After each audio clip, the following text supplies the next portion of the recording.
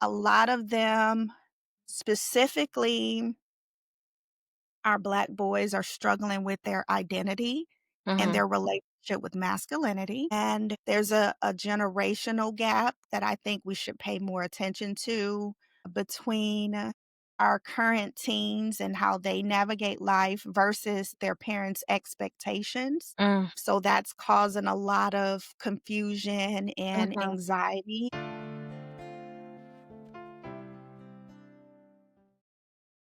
Okay, welcome to another episode of Learning for Truth and Love. Today I'm thrilled to have our guest, Miss Tewanda Hardy, today with us. Um, Tawanda Hardy, I am so excited to have this conversation with you because I was just really excited to see the work you're doing. She works counseling Black boys and teenage boys. So I'm really excited about the insights you're going to provide to our guests. I really think that society needs the type of advice that you have to offer. So, welcome. Thank you. Thank you. It's a pleasure to be here. So I want to start before we even get into that. Tell us who you are, who you are, and your background. Go ahead Yes. before we get started. So the first thing that came to mind when you asked who I am, I'm very pleased with my initial response. I am a woman that's evolving and on a mission. So that's who I am currently. Now, let me tell you how I got here, and I'll make it as quick as possible. I started out raised in the South, very low income home, and I was raised with high expectations: get a degree, get a good job, buy a house, get married, get a car. So I would say for the first 30 years of my life, that ruled me. I went to school, I graduated with honors all throughout my educational career. I got my bachelor's, I got my master's, and then I entered into the workforce. One thing about social work is what you read in a book and what you study in a classroom does not always transfer over to real life crisis. Mhm. So I was thrown in the workforce, eager, gullible, ready to change the world. And I faced some things that I wasn't prepared to face. Mhm. But I learned a lot over my 20 years, and I learned a lot from the families, I learned a lot from the systems that I worked in, and along the way, life happened. I had my own traumas with my own personal issues and my family traumas that caused me to leave the workforce and stop working for the systems that I was working for. And I decided to go independent. And for the last 3 years, I've been independent. And here I am today. As I evolve on my journey, and I've done the work to go inward to find the person I lost when I entered the workforce. I lost a little part of myself, and I'm uncovering the girl that existed when I was in my own adolescence. Wow. My gosh. Yes. Um, that adolescent Yeah. transition is so important. Mhm. Wow. And that's why I chose to work with that particular population. That transition is huge, Mhm. and there's not a lot of resources specifically for our Black youth that helping them navigate that transition in modern day. And I wanted to be one of those resources for our Black youth. So Yeah. here I am now, specializing in work with our young people. Wow. In a nutshell. Oh my gosh, where do I begin here? First of all, I do have to say one of the things I'm so excited about is I'm so drawn to people who are doing the practical work, and doing it effectively and really providing insights. And many of us are on journeys where a lot of times they parallel our experience, right? Sometimes they're more evident, like they are to you and they are to me. They're usually evident which pieces you're trying to pick up, and making sure others don't have a similar experience, right? Yes. But oh my goodness, which one do I talk about? So, before I even get to the boys, I am so curious. So you made this comment about you made two comments about losing a little part of you. when you enter the workforce. You don't have to share as what you can share as much depth as you want, but I Yeah, couldn't help but wonder because I yeah. understand. So I'm an open book. There's very little that I keep to myself. I'm truly an open book. The Mhm. parts of myself that I lost to enter into the workforce and become a professional, a lot of adults don't talk about. Mhm. Becoming a professional, becoming a wife, becoming a mom, it requires you to sacrifice certain parts of yourself. Mhm. But for me in particular, I lost a very huge part of myself when I entered into corporate America, Mm. right? My morals and my values about human worth and human connection wasn't always supported when I worked in corporate America. Mhm. I saw the glass ceiling and I don't know, I'm just gonna go for it, right? I'm just gonna speak my truth and hopefully I don't make too many people uncomfortable. But I did notice Okay. a glass ceiling in certain spaces Mhm. in the clinical realm and the government. And when it comes to providing support for oppressed and marginalized people, Mhm. there's a glass ceiling. Mhm. And that glass ceiling required me to mute morals and values around human worth and human connection for longer than I should have, to the point where it started to weigh on my own mental well-being. Mhm. I'll just leave that there. So yes, I lost parts of myself. I had to overlook certain things. I had to prioritize notes and time spent in court over authentic conversations, Mhm. over meeting people where they are, Mhm. over people's well-being, right? So that's what I mean. I lost a part of my desire to prioritize human worth and human connection because I had a job to do. Yeah. Right. Oh my Yeah. goodness. And I know Yeah. you and I had this discussion about values and worth, but I find myself on a very similar journey because, when you are in academia, one of the things sometimes you have to choose from is whether or not you're going to focus on the practical work or pursue the titles, right? Yes. And oftentimes we value our worth based on those titles. Yes. And so Yep. that's kind of where I am in even thinking about, what it is I want to accomplish. So I completely understand. Completely. Yes. Wow. Yes. So my mental well-being Uh-huh. couldn't continue to operate the way I was operating, prioritizing the things that I was prioritizing, and I had a full mental breakdown, Mm. often known as a midlife crisis, Mhm. but I've learned to identify it as a great awakening more than a Mhm. crisis. Yeah. And yeah, and I prioritize different things now. Yeah. Yeah. Yes. I want to say a midlife crisis before you got to midlife, right? Yes, absolutely. Because Yeah, but the you're younger than I am, so it's well, I'm I know we mid-40s. talked about it, yeah. Yes, yeah, yes. But it was a lot of compound weight that Uh-huh. just got too heavy. Yeah, Completely understand. Wow. yes. So, and I just love talking about the bridge between what we read about and study versus the reality.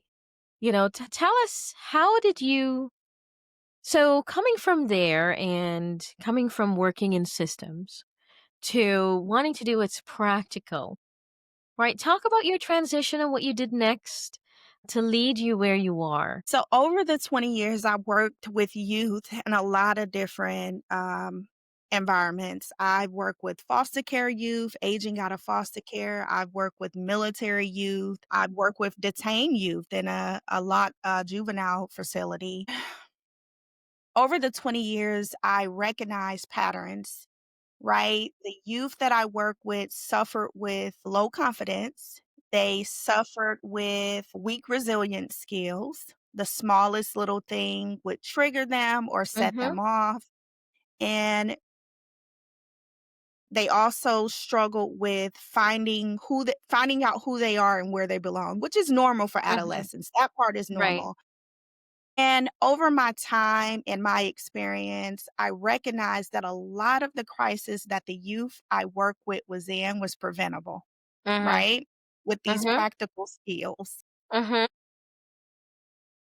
So I did the crisis work. I calmed down the trauma. I worked with them through those high intense moments, but I wanted to step on the other side to see if we could prevent certain behaviors from happening Mhm. with these practical skills and tools. So that's what I focus on now is Mhm. preventative work. Still bump heads with the crisis and the trauma from time Mhm. to time, but the main focus of my service is preventative. Let's boost confidence.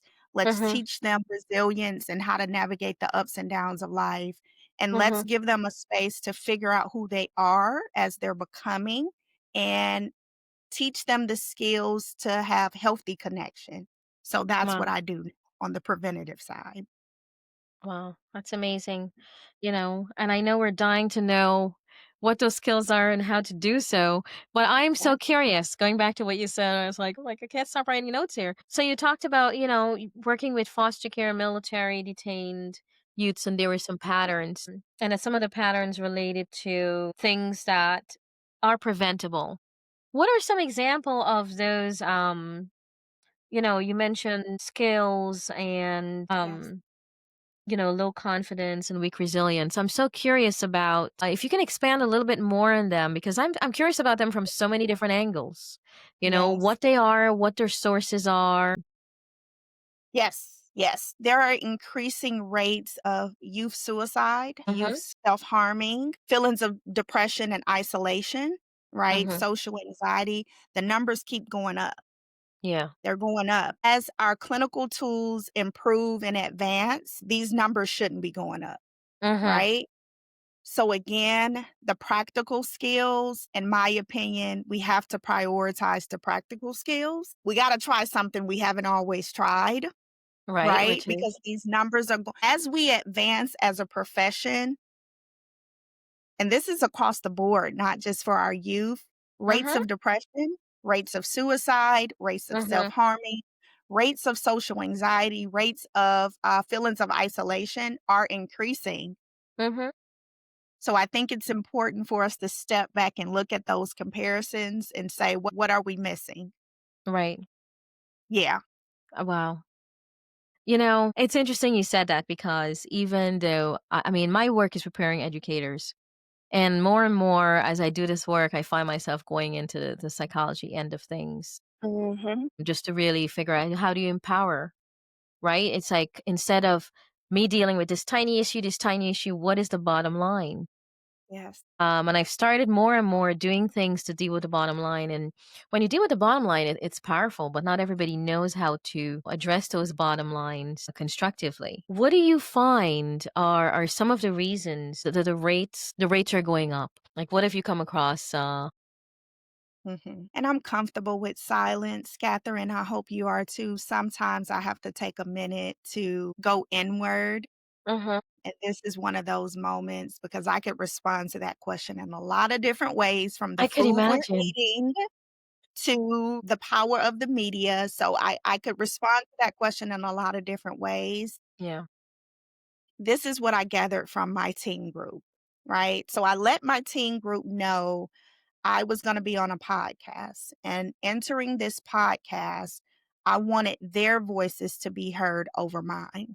So I spoke with them about a few things, and we actually talked about why do our teens feel so sad and isolated? And a lot of them struggle with the comparison culture, Mm, right? Seeing perfection represented on social media, but not reflected in the mirror when they mm, wake up, look at themselves.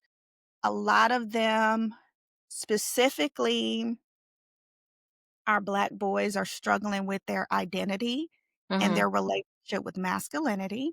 mm. And there's a generational gap that I think we should pay more attention to between our current teens and how they navigate life versus their parents' expectations. Mm, So that's causing a lot of confusion and mhm, anxiety. And those are the 3 that stood out the most. The comparison culture, I have one more that just popped in mind.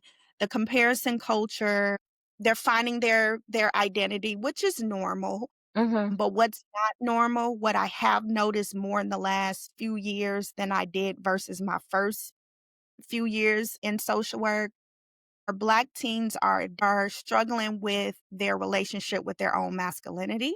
mm, And here's another thing that came up. They're afraid to speak their truth mhm, because they don't wanna offend anyone.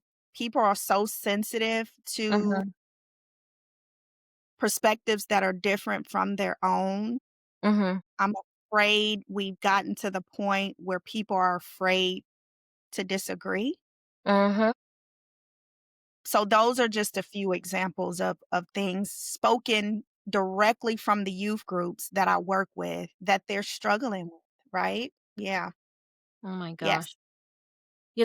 Where do we begin with this? I mean, the comparison culture is something that I've observed and understood because, in some ways I can identify, we can identify with it. I can identify with it. Absolutely.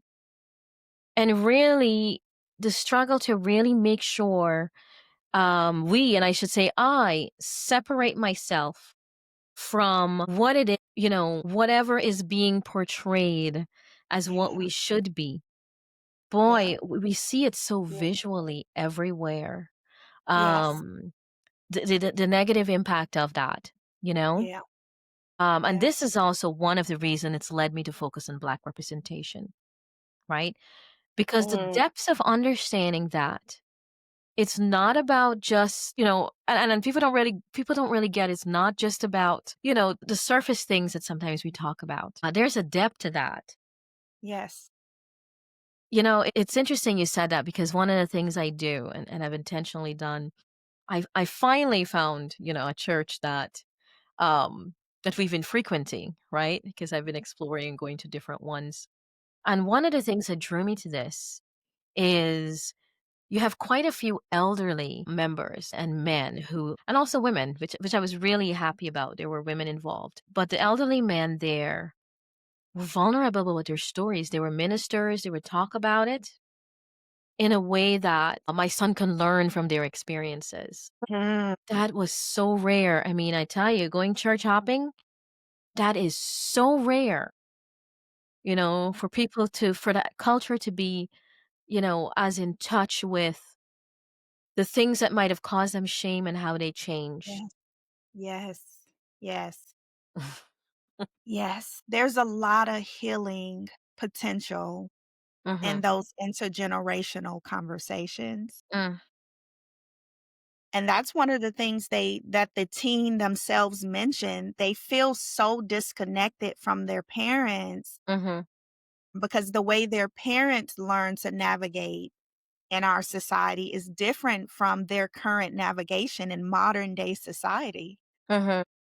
And if we could just talk to each other, a lot could happen. Wow. Yeah. I think so too. Yeah. Wow. Yeah. Yeah. Yeah. And yes, I am comfortable with silence, by the way. Take as much silence as we need. No, I'm good. My brain is racing like all of the information. So you said shame, and it Mhm. automatically connected me to one of my Uh-huh. heroes, which is Brene Brown. Yep. I'm currently reading Atlas of the Heart, and Mhm. she's diving into shame and regret and envy and jealousy. Mhm. And these words don't get enough attention, but Mm-mm. they are at the root of a lot of our suffering. Mhm. And we don't talk about it. We don't talk about Mm-mm. being jealous and regret and shame and bouncing back from failures and mistake Mhm. and feelings of rejection and not fitting in and not feeling Mhm. good enough. Right. We don't give these words and these transitions enough of the spotlight. Right. And it's funny, initially I didn't wanna say, but that's exactly what I talk to my students about, because I really feel like it's really important to understand what that is and what those depths are. I think it's really important for connecting. I think Yes. it's hard to connect without quite understanding, shame's effect. Yes. Yep. It's hard to be vulnerable without understanding shame's effect. Uh, Yeah. and I've seen it. I've seen it, and I remember, one day I felt I had to choose between, do I give this student a book? Do I tell her to read The Power of Vulnerability or some of the things that I assigned? Ah, And I just said, you know what? Why don't you should go ahead and read that book, because yeah. and it had a desired effect. She came back and said, "My gosh, if I wasn't so defensive the whole semester, I would have learned so much." I mean, can you imagine? I mean, what other transformation do you need? I mean, that's the transformation that will take them through a long part of their career, compared to me giving her the content I wanted her. Memorized information, and you and Mhm. I talked about that once before. It's one thing to memorize information, but again, from Atlas of the Heart that I'm currently reading, um, the information that soaks in is connected to emotion. Mhm. So it's one thing for my brain to memorize information, and it's another thing for my spirit to receive the information that will stay with me forever. Wow. Yeah. Yeah, yeah. This is these type of conversations give me life and fill me with energy, and this is my passion, to have these conversations and to normalize the human experience. Mhm. Yeah. Wow. I want to go in so many directions with this, but something you said resonates with something I've discovered. Part of my work, I did a paper. I created an instrument to look at self efficacy indicators that not only combined identity but family. The second part of this work, I collected a larger set of data, which I still have to look at. To keep telling myself, I know I've mentioned it before. But one of the things that came up there, even in interviewing students and even in working with students, was the parental expectation. I'm so curious as to, how can you help us understand this generation gap? Because I see it, by the way, not only, I see it in not only in black families, but also I see it in other families, in white families. Tell us a little bit about that. You mentioned the Yeah, that generation gap, generational parental gap. Yeah. expectation, and yeah, and how that affects identity. I was trying to read my handwriting. I scribbled. So this is a loose quote directly from a 16-year-old African American male that lives in Detroit, Michigan, that I work with. He requests, because they have insight, they have say over what we discuss in group. And his request was, can we talk about the post traumatic slave impact on our parents Mm, and how they pass that mentality down to us in their parenting? mm, So he feels that his mom, whose background was very similar to mine, have expectations and priorities that are different from his, right? His mom came from humble beginnings and she was raised to prioritize education, money, stable salaries, big houses. Not only just reaching success was not enough, but your lifestyle had to represent that success, right? But he's existing in a world of human connection matters more, mhm, purpose matters more, mhm, fulfillment matters more. And if that doesn't equate to a degree or a title or a corporate letter being climbed, he's okay with that. mhm, So they're gonna clash. mm, Success versus fulfillment, I would uh-huh, say. He's in a point in his life where he's chasing belonging. mhm, He's chasing meaning. He's chasing something deeper mhm, than just a degree, a mhm. title, a corporate ladder, external things. Wow. Yeah, yes. So that has a lot to do with that generational gap. Mhm. the human experience shift from generation to generation. We prioritize different things, right? Coming out of slavery, right? Mhm. As a group of Black people, we prioritized things different than what our youth today are struggling with in the face of social media and all the things that come along with that. So Mhm. there's a gap between what they prioritize and how they identify success. I'll wrap it up with that. Right. Yes. Wow. Yeah. Yeah. My gosh. I'm so glad you said that. I mean, it aligns exactly with what I've observed. One of the really fascinating thing about even me having this podcast, I never thought it would be a challenge to actually get folks like us to talk about certain things. What I've certainly is or even to bring themselves to the table. I see so much how our generation, our institution identity Mhm. is so strong. Our Yes. institution identity has been used to protect us. And I don't think it's just us. I don't think it's just black folks. I think I see it with what I'm observing in society right now. You know, a lot of the effects of crumbling and the way that Mhm. crumbling is in fact affecting us. Now, for me, that crumbling happened a long time ago that I've had to deal with and wrestle with because um I felt like I had to really choose what I wanted to value, and Yeah. based on what I chose to value, I had to let go of some of that institution identity Yeah. because there just was a clash between what I valued as an institution, right? And where I thought this institution and identity hampered my values. I mean, I know that, you know, I'm speaking more from an academic level, but when I think of institution identity, I think of systems. Yes. Right? Systems Yes. we've created, systems that have protected us. Some of it of which is backfiring right now, unfortunately, because they weren't as tenable as we thought, right? But maybe building some type of infrastructure with some flexibility without it crumbling is perhaps what we need. Mhm. Mhm. And how do we head in that direction? And oh God, this my inner authentic self is yelling at me to say the things that I'm working very hard to mute. You say our institutional selves are protecting us, but I can't help but feel they're also controlling us.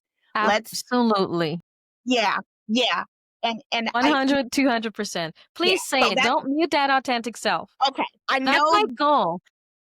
this perspective that I have come to grow inside of myself is not welcomed in all spaces. So It's not. It's welcome there in this podcast, though, okay. because Okay. that's the goal. That's the goal to talk about those things. Yes. Yes. Yes. The things we Yes. don't see that are controlling us. That's the scary part, you know? Yes. But we don't see it, but I see it as a fear. I don't know how Uh-huh. people may see it differently. Go ahead. Sorry. Mhm. We can talk. Go ahead. Yes. You just hit the nail on the head. So, a big part of the foundation of the services that I provide to the youth I work with is confidence, resilience, critical thinking, and Mm, belonging. And let me tell you, that critical thinking component gets me in a lot of trouble. mm, A lot of adults aren't ready to evaluate their beliefs mhm. Nope. that they decided to believe in when they were 5 years old and now they're 40 plus and Mhm, they haven't reexamined these beliefs in all this time, and mhm. it's uncomfortable. It's uncomfortable. So that critical thinking component gets me in some uncomfortable situations Huh. because everybody is not ready to examine beliefs and systems that we believed and existed in for so long. Now, Yeah. why do you think that is? Because I have a perspective about it. I'm so curious because I have a reason I think. I'm just curious from your perspective. Yeah, my perspective, and this is based upon my own 43 years of life. This is personal. This is Tawanda, the woman speaking, not Tawanda, the social worker, right? Okay. My own experience has shown me that comfort feels good and it's a very hard bubble to navigate out of, Mhm. especially when you've sacrificed and put so much hard work into building it. Mm. Comfort is a stronghold. Mhm. And I would rather be in this bubble of comfort with unquestioned beliefs and systems that I side eye, but Mhm. it's comfortable. I know Mhm. what to expect. I have a level of expectation and control in this Mhm. comfort bubble. Yeah. Discomfort it requires you to be a different self. Mhm. And most of us would rather just stay comfortable. So Yeah. that's my personal experience with questioning beliefs and systems that coexist Right. with. Yeah. What do you think?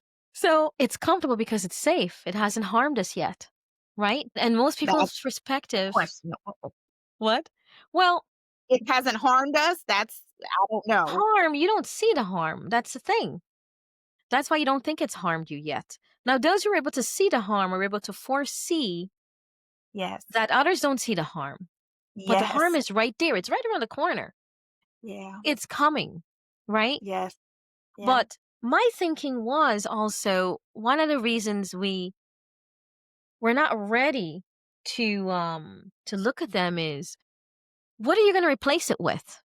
I think that's a lot of the issue. A lot of the issue is, yeah, I'm breaking this down, but what am I going to replace it with? Because when you break something down that's been your foundation, right? Yes. That's made you feel, like you're in control, make you feel like you belong, then it's almost like it leaves the shame naked, Yeah. right? That I've done all this building Yep. and for what? Yeah. And so, unless you're replacing if it's something, I see it all the time, and I see it all the time. It's also one of the reasons I've also changed the way I teach. I mean, I see it all the time, even with peers. But I know, speaking from the classroom perspective, I've changed the way I teach, and it really helping people to understand how they think. Now, what ended up happening was because of our background, right? As people who, we've been enslaved, that's our heritage. We have a lot of strong beliefs. And what I started seeing was when it came to students, when it was writing paper and stuff like, wow, these are all a lot of beliefs, these are a lot of opinions. But when we were in academy, we were asked to talk about what the evidence is, right? Mhm. So even if I don't agree, even if I agree with you, I will ask the so what. So I really started me to really changing the way I focus, and how I even have conversations with students. Like you're asking that research question, like so what, right? Where's the evidence? Is that really Yes. evidence of this, or is that evidence of something else? Yeah, you believe that. You want to show that you believe that, but that's not a question you're asking. Yeah. Most people don't really see the disconnect. Yeah. So I talk about questions. You Yeah. know, is that a question? I treat it like like science, Mhm. right? What is that variable we're talking about? And I'm talking about an education social science class where we're looking at Yes. historical stuff, and see that a lot of views keep us safe. Let me give you an example. Yes. I have I remember there are two conversations. This is interesting, and I'm thinking about it. There are two conversations I've had. One with a black parent and one with a white parent. Right? The black parent made this comment to me a while back, uh, because we were talking about our boys, and we were talking about our boys, and then I started to realize, oh, she thinks I'm doing certain things to control versus empower, right? Uh-huh. And then she said, and I started questioning afterwards, and then she told me X, Y, Z what she did because she thought I was doing and thinking away. I was like, it's like, yeah, oh wow, I see why. Because we think we're talking about the same thing because we Sure. have these high expectations. Yeah. But one is one is letting him be, right? And exploring. The other one is it has to be that one way. Mm. I've seen it with my white friend too. At one point, I thought we were talking about the same thing. And then it hit me when I observed her, right? Whereas I would allow my boy to just, let's just say, I allow him to make his mistakes, right? Like, I'm not gonna be the parent who I was never the parent who I have to cut your meat every time, maybe you can Yes. learn how to Yep. cut it up too, Yes. kinda Yep. thing, and then I realized that's where a disconnect is. I can't give people advice on this at all, and I stopped. I was like, "Yeah, I can't give advice because what I think I'm giving good advice, not realizing the person is coming from a place of controlling the behavior versus empowering, you Very know?" interesting. And I started realizing, yeah, I'm probably, like, giving really bad advice. Very interesting. So I recognize when you noticed the disconnect with the black parent. When did you notice the disconnect when you were speaking to the white parent? When she tried to implement what I suggested, Mhm. then I realized she was doing it in a way to control the behavior versus Teaching a yeah, skill. Yeah, right. yeah, yeah, yeah. Mhm. Yeah. Gotcha. Very interesting. Very interesting. So the big question is, how do we head in that direction? Right? How do we make it safe to examine beliefs and systems that have kept us safe and made us comfortable with no foundation of what will replace it? How do we head in that direction? So, I'm gonna put that question back on you. So here What do you do? Go ahead. so my daughter has a limited amount of screen time. That's one of Mhm. our rules in our house. We entertain ourselves with our screens, but then we are required to entertain ourselves without screens. Mhm. And yesterday, she was required to entertain herself without a screen for it's time to be bored. You Mhm. need to be bored Yep. because boredom activates something in the brain that would not get moving if you weren't bored. So here's Absolutely. my thought around it. What if the thing that could replace it won't get created until the need for it to be replaced exists? And what I mean by that is boredom. Mhm. My daughter whined and complained before she Mhm. came in her room for her board time, but she got in here and she started drawing. She has a Mhm. book that she's working on. She surpassed 30 minutes. So Mhm. she got in here and found a way to entertain herself Mhm. for longer than what was expected. She would not have come up with those activities if she didn't have to. Right. So what if the need needed to exist before the solution Mhm. could be formed? Right. Absolutely. I'm 100% for that. Been there, Mhm. allowing him to be bored, and so yes, you're right. They find other things to do. I do have to confess, I fall off the bandwagon for a lot of that. Now we're in the teenage years. Yes, yes. Now what happens? Yes, but I'm circling that back to the bigger question, Mhm. right? So the bigger question was, why is it so hard for people to question their beliefs in the systems that we exist in? Mhm. And the conclusion was because it's comfortable, because we feel safe, and there's nothing to replace it. Mhm.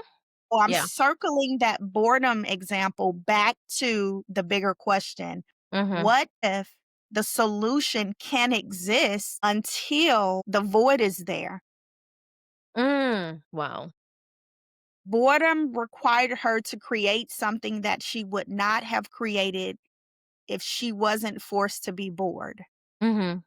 right? Right. So, what if this solution requires us to first be uncomfortable before it could present itself? Right. But then also there is access, right? Because your daughter, I'm sure like me, you've given her opportunities for other things to do, right? Mine has taken drawing lessons, mine takes Yeah. music lessons. So there are options for there's access as well. And there Hmm. are times when I've given my son, a blank book and say, and we had this conversation over and over again, I'm bored. Figure it Yes. out, Yes. but there's some access there. I mean, what do you do? I mean, we're talking about having a void.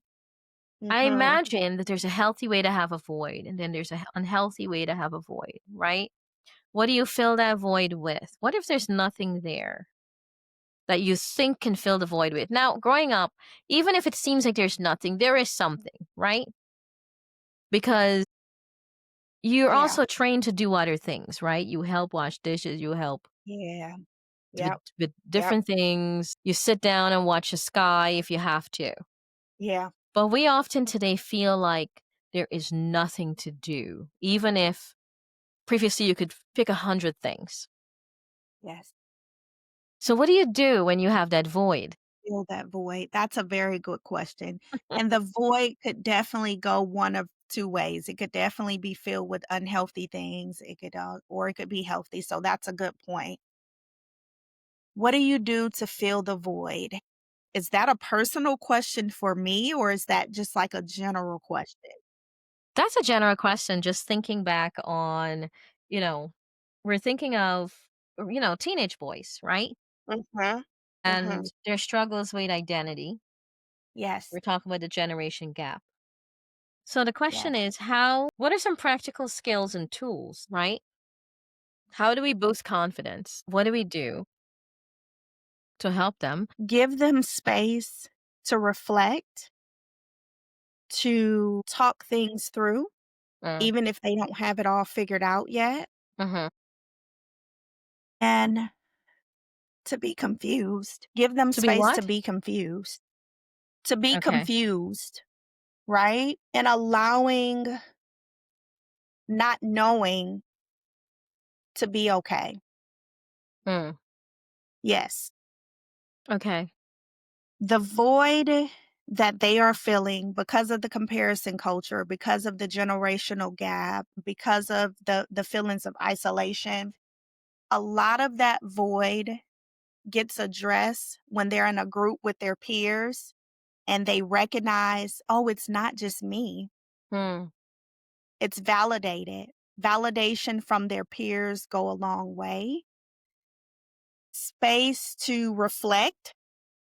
Our hmm. boys have emotions and they want to express these emotions. We recently just talked about this, how the image of the black male is represented and how sometimes that's an image that's hard for them to live up to Hmm. because their hearts are getting broken. They're Hmm. jumping in and out of relationships, their hearts are being broken, but who do they admit this to, right? Right. So giving them the space to be vulnerable Mm, and to reflect hmm. and see validation from peers and to recognize that I made a mistake, but I'm not a mistake. Mm, And just normalizing the human experience, reflecting on it, learning hmm. from it, and taking the lesson to move towards your better self. That's Mm, how we fill the void in the time that I spend with them. okay. Now, and the Yes. time you spend with them is an opportunity to be validated by peers. That's a healthy, safe Yes. space, right? Well, when you're Yes. a peer is not alone, that may not necessarily be happening, right? Because sometimes peers manipulate each other, and Yes. because you're in the same shame, what Yeah. you want to do is see, you say misery love company. You want to see how low the other one can go, so we can feel better about. We can feel, oftentimes, Yes. unfortunately, we feel validated when somebody goes lower than we do, Yes. right? Yes. Yes. And sometimes we don't realize what others see as an opportunity is really not helpful. And this is something interesting. You mentioned this before when you talk about institution possibly harming us. Sometimes that quote unquote opportunity is really in the end not something beneficial. It's masquerading as opportunity, right? It's masquerading as something good for us, but doesn't Mhm. really benefit us in the end Mhm. because it's a means to the end, a means to an end to, for somebody else, That's right? true. To That's accomplish true. their goals. Yes. Yes. Very true.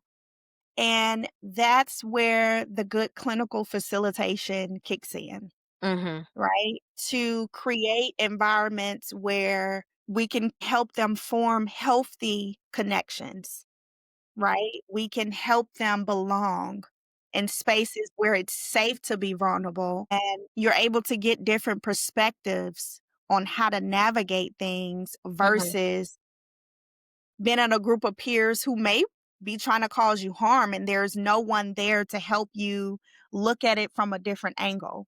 That's where the beauty of that facilitation kicks in. Yes. Now, do you also help parents how to think about this? Because practicality of, I'm so curious, and especially, as a parent who we do this and make this decision because my husband and I, we have these conversations, right? And so we kind of see, I guess, what's the word? The blowback. We see what happens when we implement this. And we have to Mhm. be prepared for the disagreement, right? Whatever form it comes in. Mhm. But then in the end, I see the benefit where it allows us to connect and he's calm and he realize, there's a realization and we get to talk, we will play a game. And the truth is, let me just be honest here. Mhm. I make sure that in the past, especially, I've really limited the screen time. Now I've been flexible for two reasons. One is, I guess the scientist in me, see how far he's willing to go and how it affects him. And then I can say, oh, that's affecting you. Uh-huh. Right? Because you Yep. don't really have the time to reflect and you don't have the time. Because I feel like this is a time to train to understand what addiction is. This is a time to train Yeah. to a safe space to understand what's happening to you. Yes. Well, this is how I think about it. And I could be Yes, completely wrong yes. because, sometimes it's, more exposure, the, addiction, starting things get worse. But I feel like it's a safe space for you to understand what's happening to you. So I let him, I've done it where and I felt good about it in the past, but then more and more and every day and every it gets worse. And I let him know, I give him a lot of warnings, let him know, yeah, at some point, I'm gonna let you quit cold turkey because, we have Mhm. to build something constructive. You're becoming an adult and now we have to figure out how to put aside something we really want to do. So we're kind of sorted there in terms of we did have that none of this. But then there are times when, let's just say we have to make the time. Yes. We have to make the time, and I have to make the Yes. time, and that's something I've been thinking about a lot.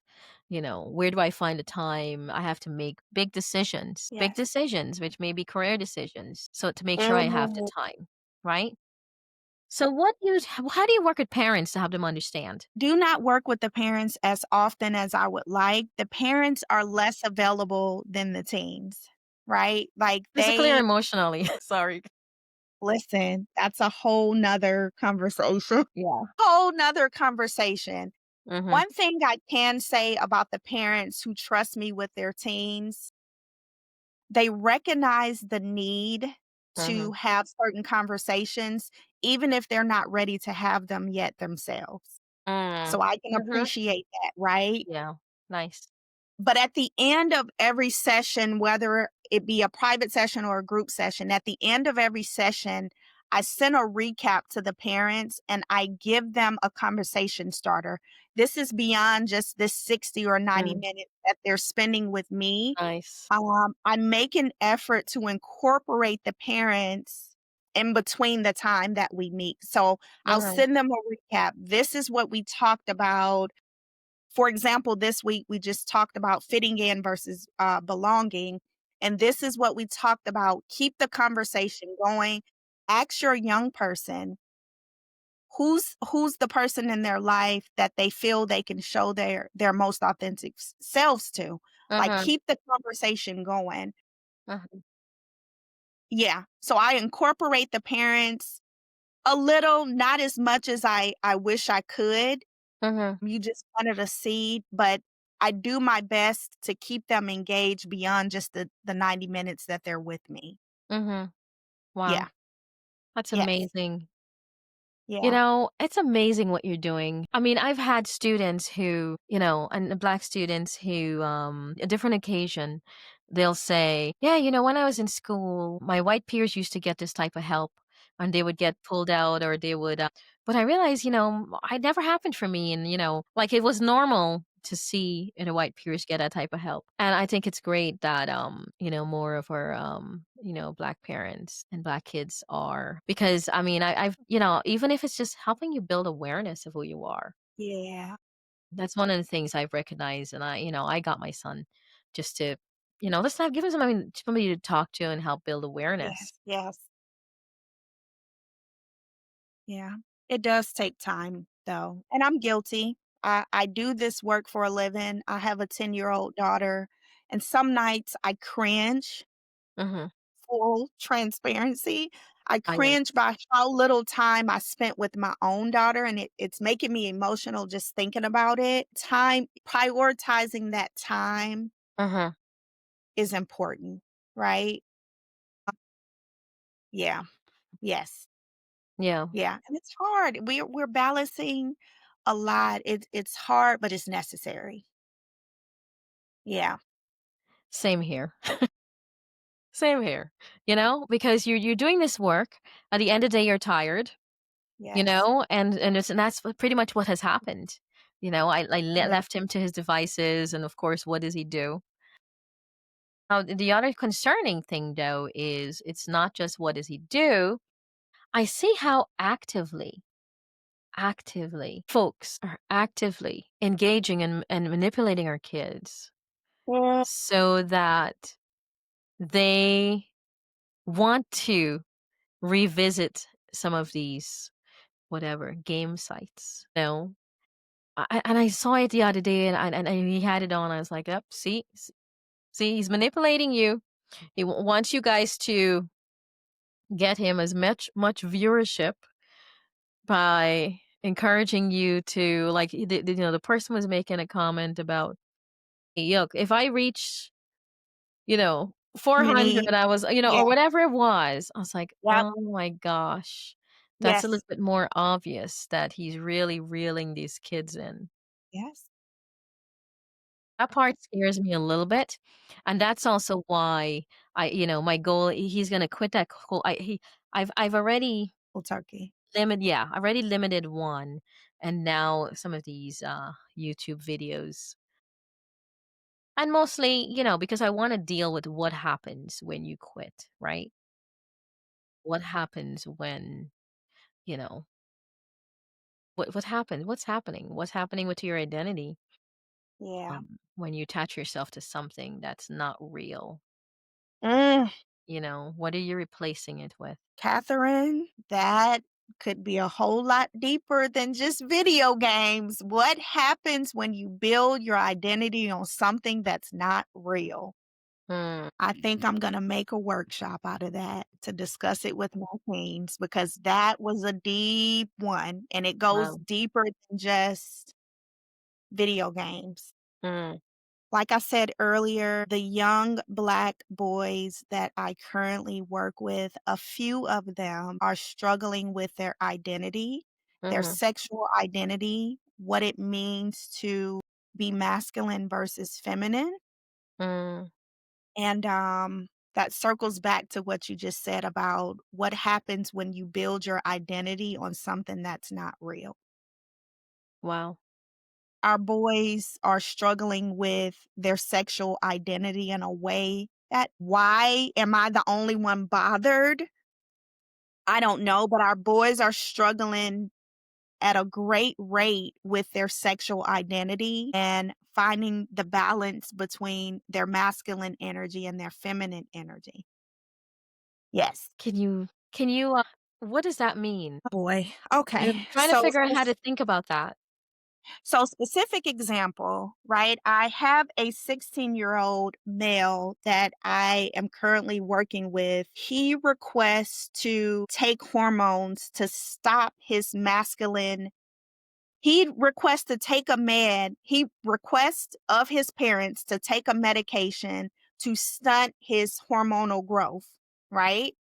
He's struggling with his identity and what it means to be a male, right? He has an image of what masculinity means and how it should look according to him and the males that surround him, his uncle, his dad. His identity is separate from that, and it's causing him to not want to embrace the masculine side of himself at all, Mhm. and to allow his feminine energy to be the leading role in his identity. Why do you think that separates? Does it come from lack of spending time? Is there something else that we don't understand? Like, what do we need to understand as a society? Boy, Catherine, I have so much internal turmoil right now because I'm not sure what is safe to I'll just Just be say it transparent. generally without specifics. What does society need to understand? The media has huge impact on how we identify and how we choose to navigate through life. There has in If we study history of the media, we recognize the impact that media has on a society, Okay. right? Over the last several years, there has been an increase of Black men in dresses in the media. There has been an increase of the media has a lot of control. Okay, so let's just go with that. Let's run with that. Because that was Yes, supposed to be comedy, right? That was supposed to be funny. I imagine that wasn't supposed to be something we identify with, right? But you're saying it has an effect. absolutely. So what happened here, and what are we missing in the way we're thinking about, about this? It was supposed to be comedy. It was supposed to be entertainment. How does the brain determine what's real and what's fake? Because if you've how does the brain determine what's real and what's fake, Mhm. especially when you're a little kid, And you see it over and over again. right? And you're viewing it without necessarily having someone next to you to explain that this is what's going on. Mhm. And it's Mm. showing up everywhere. It's no longer just in the comedies, it's showing up across the board now. So what does that mean? Does that mean the media's impact is does that mean the media's impact is greater than those around us? Does that mean we're spending too much time because we're watching TV? Look, I love it. Again, that's a whole nother conversation. It's possible for a group of teens to Mhm. be in the room with each other Mm, and not speak a single word to each other and spend more time on their device. right, So that's a hard question to answer. Does that mean the media has more power over our environment and the people we're spending time with? Because it's possible to be in an environment where you're always surrounded by people, but everybody's like this. right. And our brain are taking in all the images, right? It's going somewhere, getting stored up and changed in whatever form that I guess we're not really aware of, right? Yeah. So yes, the media does. Is it more powerful? I don't have a opinion on that, but is it powerful? Absolutely. I feel like we need to have another conversation about this. We do need to continue this conversation. I think, I'm going to wrap up just because, oh Yes. my gosh, there's so much to talk about. What advice do you want to, what advice do you want to leave us with now? And what do we need? I keep forgetting to sometimes ask that question. What do we need? And what advice do you want to leave us with? What my teens express to me as far as what they need, safe spaces to feel seen and receive support as they navigate their becoming. Safe spaces to feel seen. Feeling seen, my God, is such a powerful thing. We can have a whole conversation about that. And receiving support as they figure out who they are and who they want to be. Hmm. That's what we need. My advice, powerful things aren't required to be complicated. Simplicity goes a long way. Mm-hmm. Right. Let's get back to simple. Wow. And simple is the hardest thing, isn't it? I mean, simple Very. is, do I want to talk to you right now? Right? Do I even want to talk? Yep. And Yep. if I talk to you, will what I say benefit you or Mm. is it for me, Yes. right? Yep. Wow. Yep. You've given us a lot to think about, and I know this will not be the last time you and I talk about this because I feel like every bullet I wrote down here can we could talk about each bullet for like an hour.